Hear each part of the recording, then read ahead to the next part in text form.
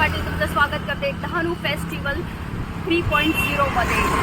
माझ्या मागे तुम्ही पाहू शकतात आपण आहोत डहाणू बीचवर आणि हे टी sport, folk dance, shopping, food, music, art and craft आणि असं भरपूर काहीतरी तुम्हाला एक्साइटिंग आणि विविध प्रकारचे उपक्रम इथे राबवले जाणार आहेत। तर नक्की विजिट करा।